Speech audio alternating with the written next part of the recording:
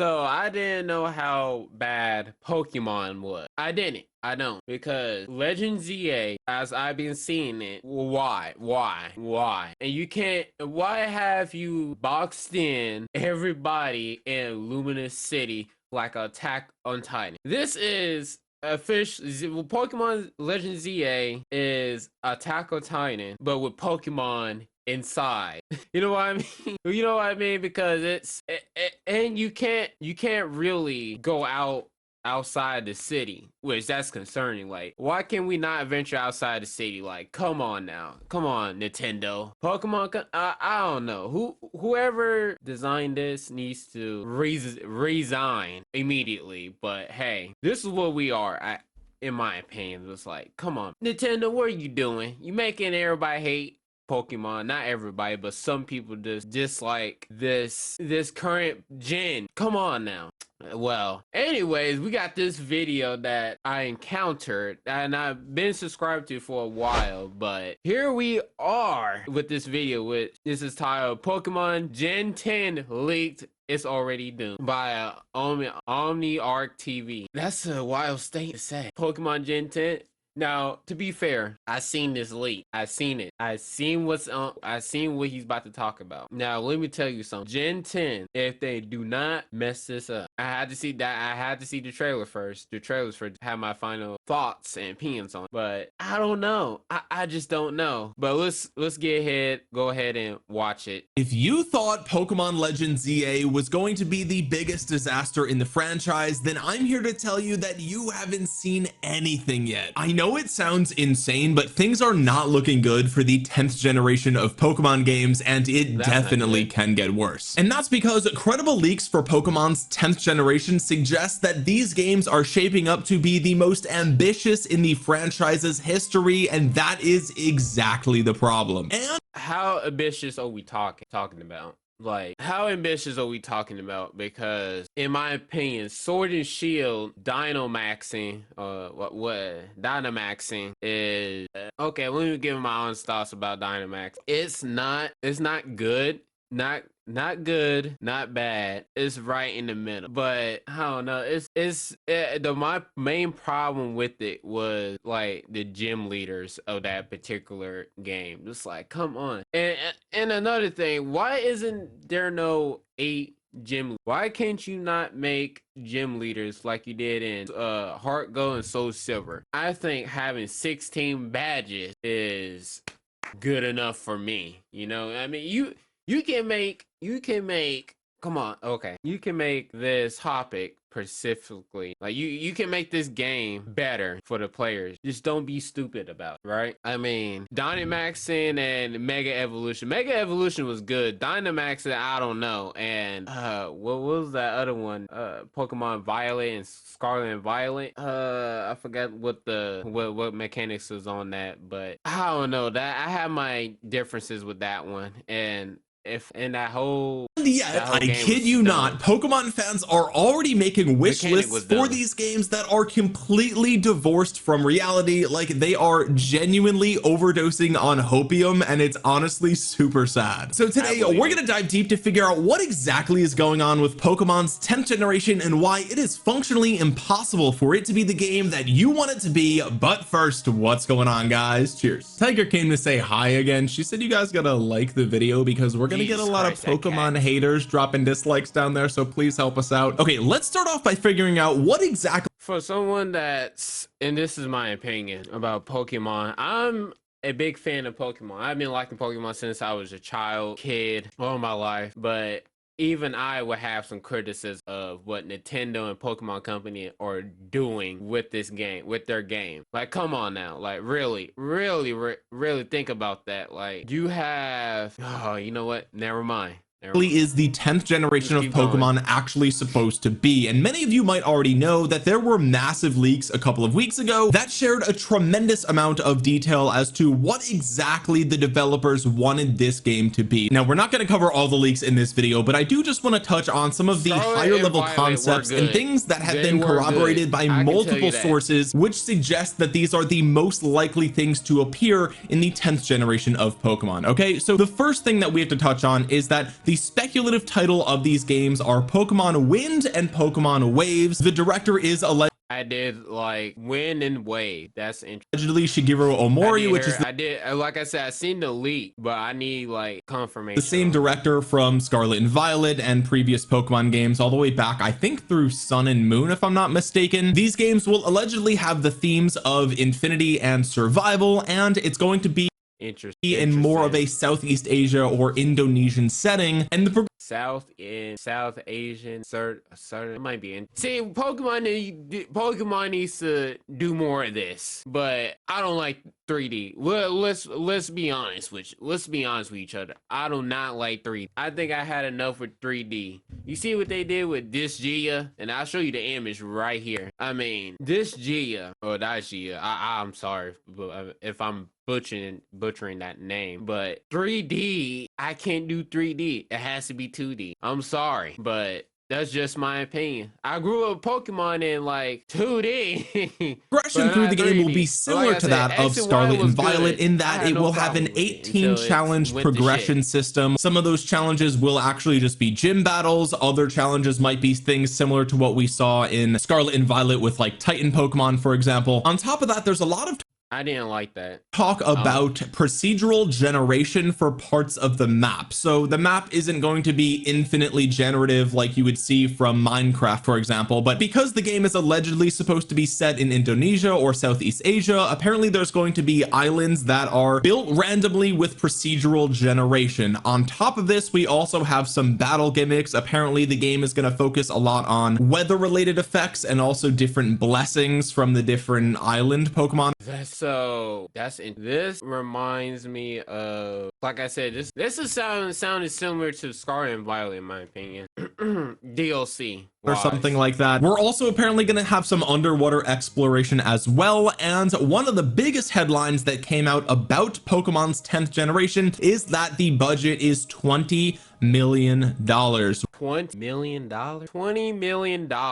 million for Pokemon for Gen 10 Pokemon. Oh man, if you fuck this up, I swear to God. But just to be honest, they can't. Oh man, if they make this, I don't want this to be. If they make it 3, I don't care. Which would be very much believable considering that the budget for Legends ZA was 13 million, so they're just gonna bump that up a little bit because these Pokemon ZA was $13 and it was that bad. These games are going to be developed apparently for the Switch 2 specifically, so we are leaving the Switch 1 behind. Honestly, that shouldn't surprise pretty much anybody. They're going to want to sell as many Switch 2s as possible. So if you thought the Switch 2 was just going to be like a Switch Pro and it was just future, so I think they should keep not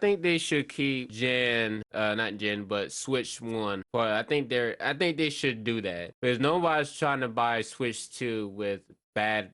It's bad enough that I've been hearing some stuff about Switch, but why in hell should we pay for online? Just make another Pokemon Coliseum or Dark Gale game. That's what I want. I'll say it now. Make another Pokemon Coliseum game or Dark Gale. That was good. That was the only good Pokemon game that I would roll with. Games were going to be on both consoles moving forward. I'm sorry to tell you. I like what they did with Pokemon Coliseum and Pokemon Gale of Darkness. I like that because those two are kind of tied to each other story-wise. Just do that.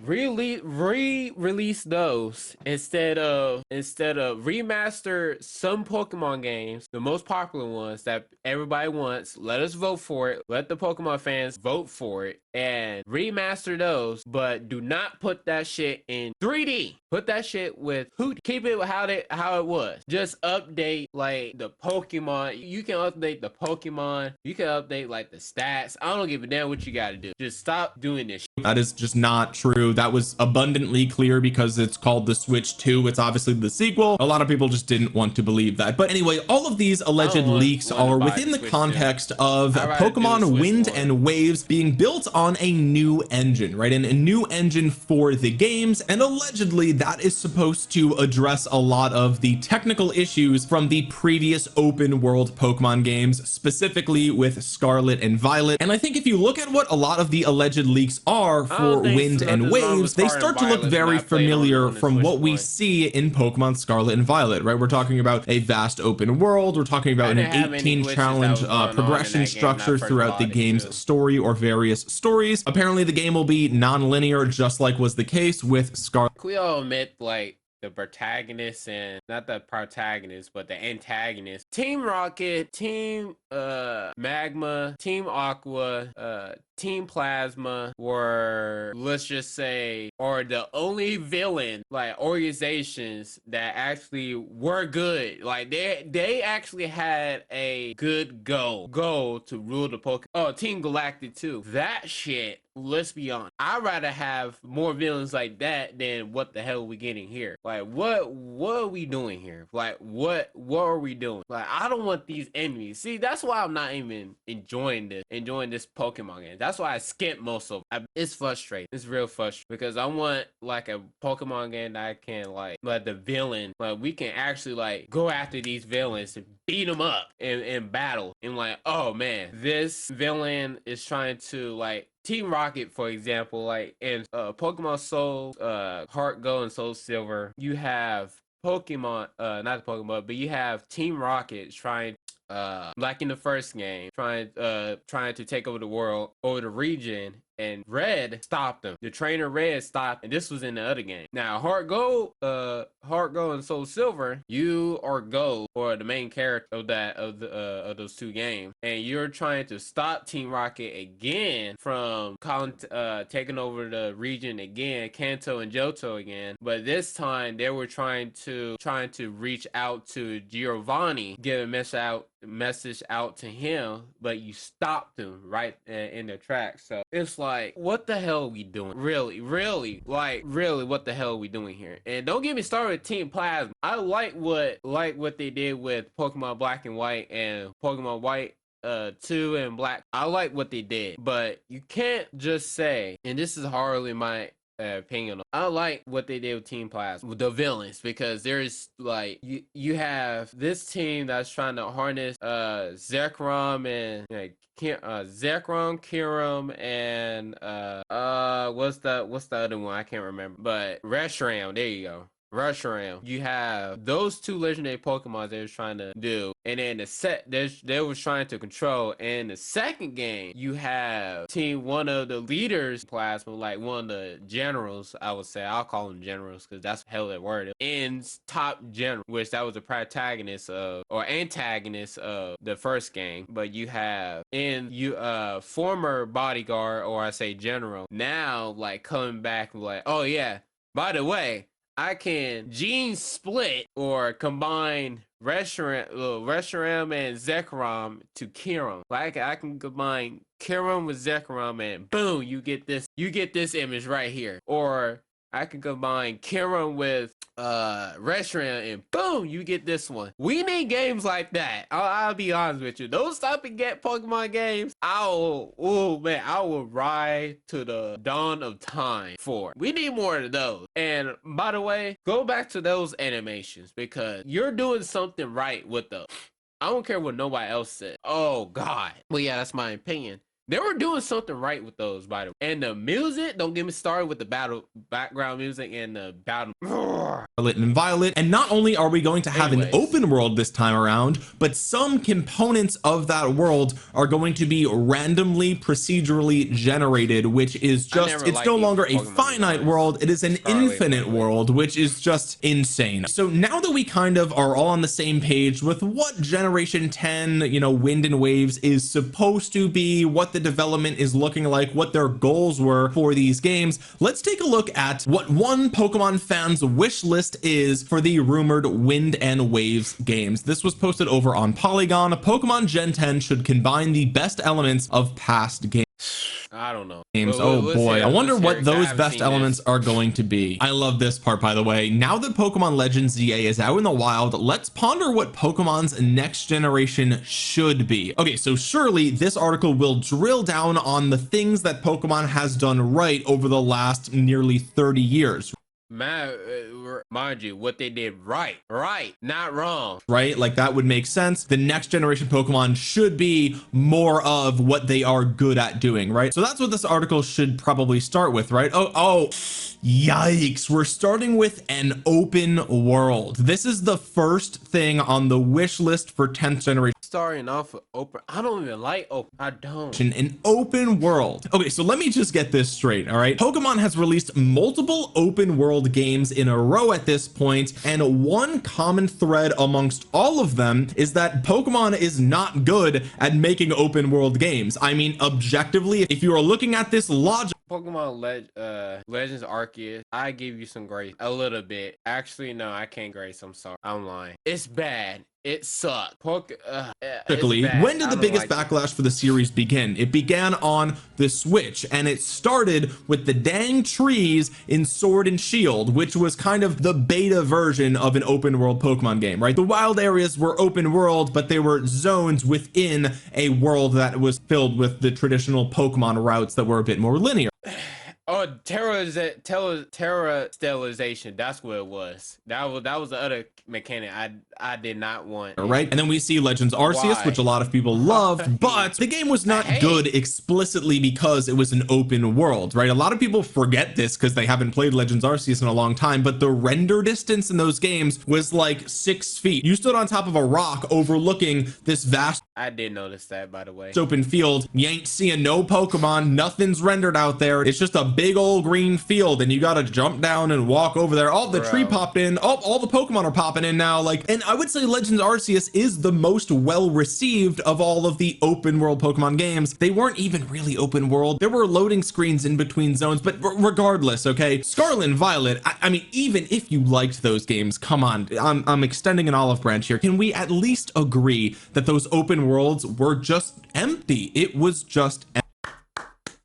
Glad somebody agree. I'm glad somebody agree with that. Like they're so empty and later they're so oh god. It's bad enough that I had to complain about this. It's bad enough. I like Pokemon, like I said at the beginning of this video. It's bad enough. And it's hard for me to get. I was about to crash out. In this video, I'm gonna actually share with you guys what makes a good open world game, because a lot of people, especially the Pokemon community, seem to not even know they don't even know what a good open world game is. But okay, so this article is starting with an open world, and this could not be more untrue. If we're gonna sit down and honestly have a conversation about Generation 10 and what it should be, it should resemble the games in the franchise that are the most beloved by the fans of the franchise. And no one, I'm telling you right now, no genuine fan is gonna sit there and tell you that Scarlet and Violet is their favorite Pokemon game. I'm sorry.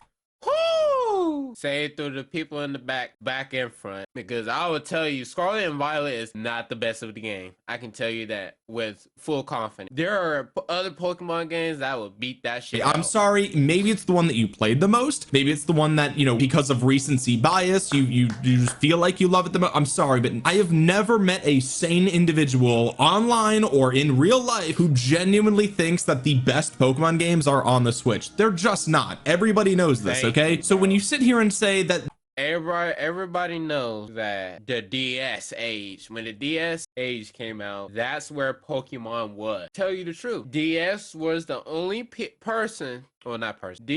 and Nintendo DS, 3DS, and so on, DSi, Pokemon, I think that's were the only systems that actually had a good Pokemon. Let me tell you, the only Pokemon game. And let me tell you something else. You know what else is a shame? That you can actually find. Let's go back to where you had to find like hidden Easter eggs in the game, because there were hidden Easter eggs in the game.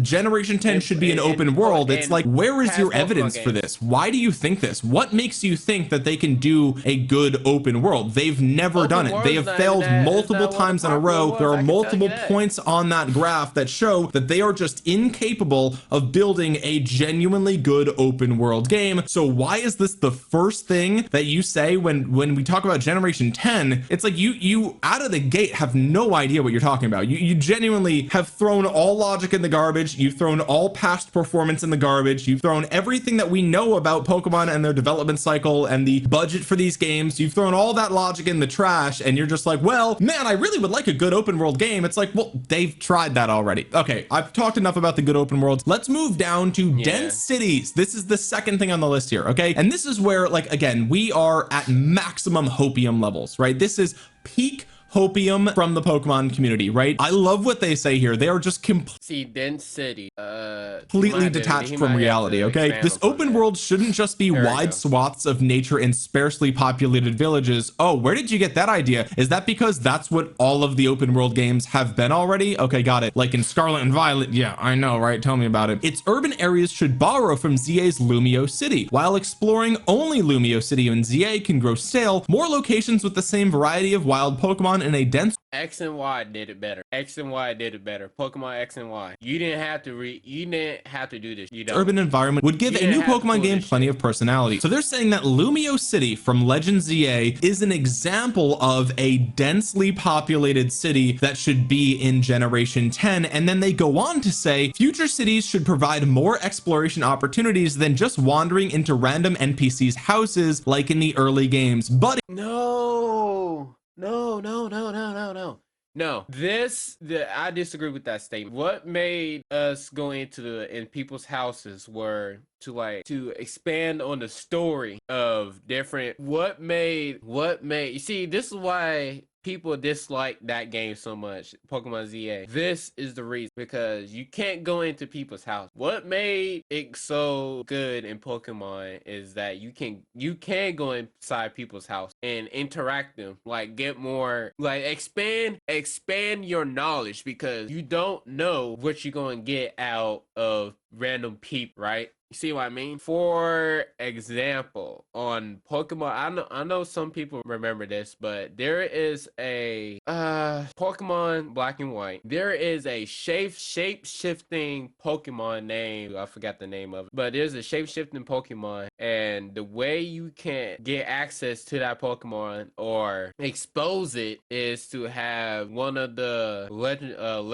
either the three Pokemon, Entei, Suicune, and Raikou. Have one of the three to expose that shapeshifting Pokemon, and you get to fight it. And by the way, it doesn't talk. It's shapeshifting as a woman, by the way. So you encounter this Pokemon again in the second game in Pokemon White 2 and Black 2. So I don't see why they put that statement. That what makes this game so, what made that what they said, just I don't know, that irked me so much.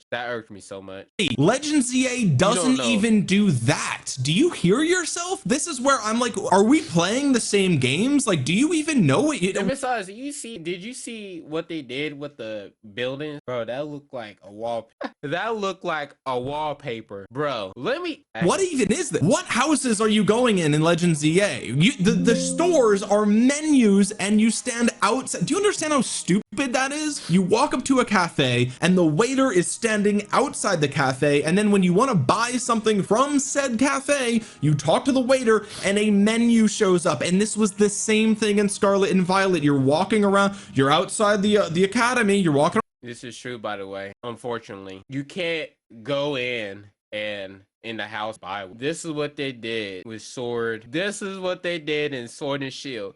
They combined learning TMs with the shopping, with the Pokemon Pokemarket and the Nurse Joy into one building. Like they put the Pokemarket on the right side and you learning TMs or forgotten technical machines and hidden moves on the and teaching or rename your Pokemon on the left side, and having Nurse Joy heal your Pokemon. What the hell? Let me ask you that, the viewers. What the hell are we doing? What are we doing? All right, you go into a shop and it's just a menu, and you just pick the X accuracy or you pick the super potion. Like, this is not what a dense city in a video game looks or feels like. How is it a city if you can't go in any of the buildings? They're literally. And I would say this too. I played Pokemon all my life, bro. I would defend Pokemon if I could. Pokemon Company and Nintendo if I no. They fucked up too much, and I will definitely put more hours into previous Pokemon game down to the last letter. They just cement rectangles at that Gen point. Like, 6 who and even below, cares? Okay, so this article is 0 for 2. Let's see what the next one is. Stadiums for battles. I'll agree with him on this one. The gym battles taking place in massive stadiums in Sword and Shield did feel very hype. I'll give it that. New regional forms and Paradox Pokemon, fine, sure. I'll give them that. The stadiums were good. They gave it more hype. I was hype about that. But however, can't give us mediocre gym. You can't decrease the standards of gym. I'm sorry. Keep it at 8. You know better. Nintendo, you know better. Pokemon Company, know better. Game Freak, you know better. Give us what we need. I could eight care less, honestly. More evolutions. Holy eye roll, ladies and gentlemen. What even? I guess. Okay, I'll give you this one. Eevee's very popular. Umbreon is one of my favorite Pokemon. Rock type Eevee, give us more. We have give us more evolutions on Eevee. I'll agree to that. I agree to that. Even Eevee's popular, but I've seen so many fan arts of each and every single different types of Eevee. We still don't got rock type Eevee. What else? What else we don't got? There's so many types of Eevee that we don't got. We don't got dragon type Eevee even. Come on now, dragon type Eevee. You know how hard that would go if there was a dragon type Eevee? Let me tell you something. If there was a fan art with dragon type, I don't think I need any other type of Eevee. Shoot, it could be a normal dragon type. All I care. Shit. And so I get why they would want more evolutions, but it's like, man, this is just not a priority. Like can we just have a good game and then we'll talk about evolutions later? Like, bro, deep catching mechanics. Okay, people did really like the catching mechanics from Legends Arceus. You guys can let me know in the comments if you would want to see more catching mechanics. I don't. Hell no. Hell no. No. Like no. Legends. Give us, see, you might not agree with this, but this where I think this is where what they did with actually they actually did that. I'm tripping, but no. Arceus in Pokemon games, I honestly am impartial on that. I don't care either way. More Mega Evolutions. Okay, I can get on board with that, right? People love Mega Evolutions. It's one of the reasons that people bought Legends ZA, even though they hated how Mega Dragonite looked, they were able to look past that, and they in fact look past the entirety of the game, it seems, just so that way they can get new Megas. Okay, fine, fair enough. Turn-based battles. Okay, we finally have hit something important here. Okay, turn-based battles is gameplay related, and this is actually something that Pokemon has done really well. And one of the things people always used to criticize Pokemon for is just recycling the same formula. But here's the thing: when you have a core gameplay loop that works well, and it's worked well for a long time, and also turn-based games are still popular. We still have games like Persona 5, Final Fantasy games. We even saw Honkai Star Rail blew up as a free-to-play example of this, and we had, of course, Expedition 33, and there's plenty of examples of turn-based combat being good. And if this is what Pokemon has done well for the majority of its franchise, we should continue doing this, right? They go on to say ZA took a massive turn for the franchise instead of turn-based. If you remember how, I don't know if anybody remember this, but if you remember how, I'm trying to remember the past Pokemon game. Do you want to know Pokemon Soul and Silver? Do you want to know how long it took for that? Do you want to know how long it took for an HP bar of your opponent, of a Pokemon's opponent, to like drop to 0? Oh my god, that was horrendous. And don't get me started with Pokemon with high ass defense, like what's another one?